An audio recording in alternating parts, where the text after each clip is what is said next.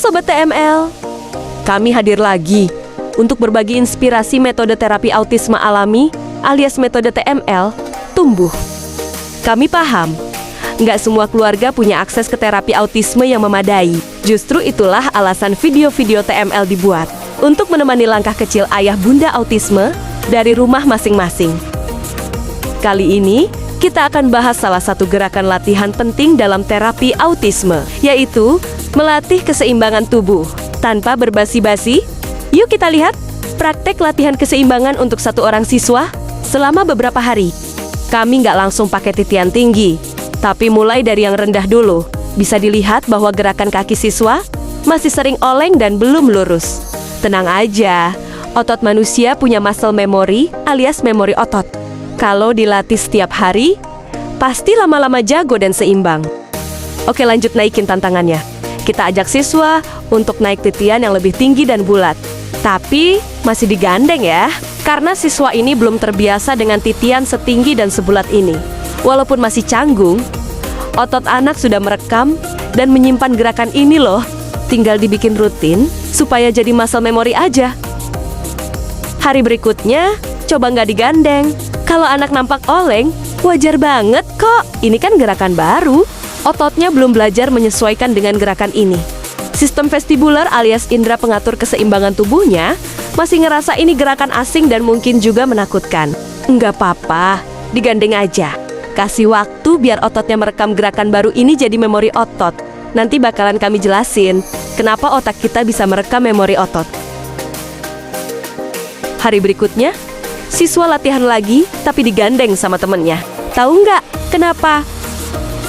Dalam metode terapi TML tumbuh, pendamping alias therapeutic educator selalu diganti tiap pekan biar terjadi generalisasi skill.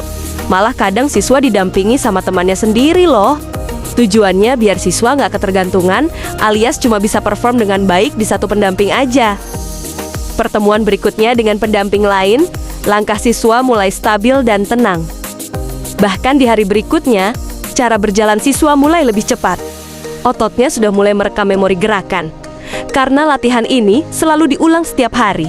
Inilah keajaiban dari plastisitas otak alias neuroplasticity. Next, siswa mulai bisa jalan sendiri tanpa dibantu. Ini adalah satu pencapaian baru.